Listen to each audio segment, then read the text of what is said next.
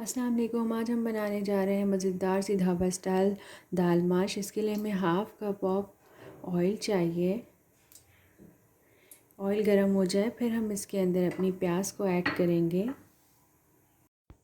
Oil गर्म हो चुका है, हम इसमें 2 मीडियम साइज़ चॉप जो है हमारे पास है अनियन वो ऐड कर देंगे। इसे हम लाइट ब्राउन करेंगे। उसके बाद हम इसके अंदर अपने स्पाइसेस ऐड करेंगे। ये दाल बेइंतहा मज़ेदार बनती है।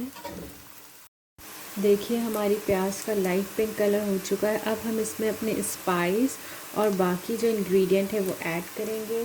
हमारे पास है इस वक्त ज़ीरा 1 टीस्पून, हमने इसी वक्त वो ऐड करना है।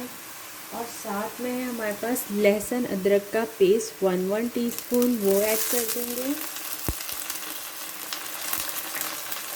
और चम्मच चलाएंगे।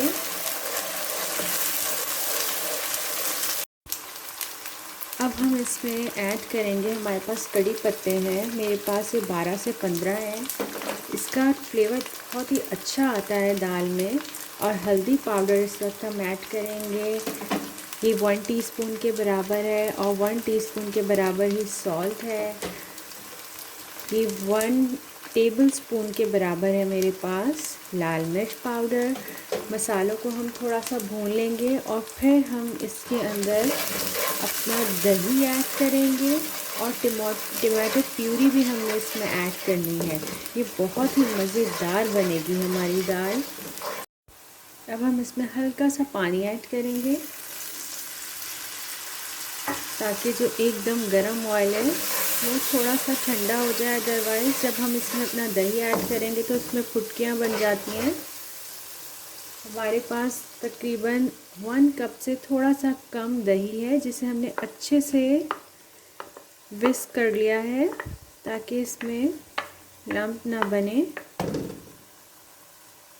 और अब हम इसे इसमें मिक्स कर देंगे। ये मसालेदार ढाबा स्टाइल माश दाल बनेगी हमारी। देखिए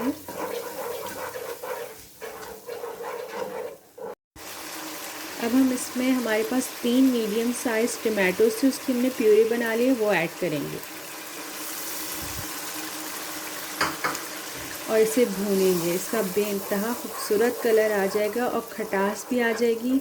दही बहुत ज़्यादा खट्टा नहीं होना चाहिए वरना सारा टेस्ट जो है वो खानों का ख़राब कर देता है। अब हम इसे भूनेंगे। जब ये भुनना ही शुरू हो जाएगा, इसका ऑयल ऊपर आना स्टार्ट हो जाएगा, फिर हम अपनी दाल को ऐड करेंगे। देखिए ऑयल ऊपर आ चुका है, हमारा मसाला भुन चुका है। अब मैं इसमें 2 कप मेरे पास मैंने इस तरीके से बॉईल कर ली थी अपनी दाल माश। हमारे पास जो थी ये देखिए, ये बहुत ज़्यादा भी बॉईल नहीं हुई है।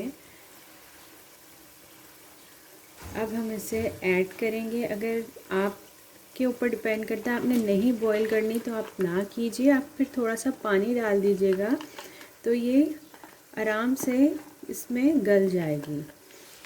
2 कप के करीब हमने इसमें ऐड किया है।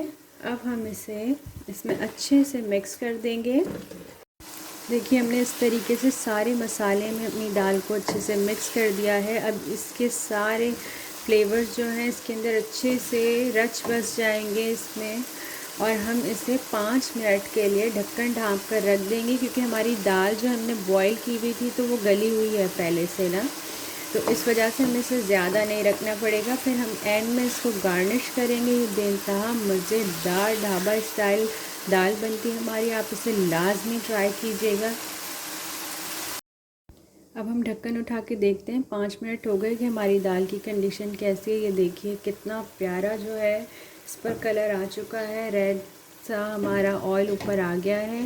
ये दाल बेइंतहा मज़ेदार बनती है, ढाबा स्टाइल दाल है।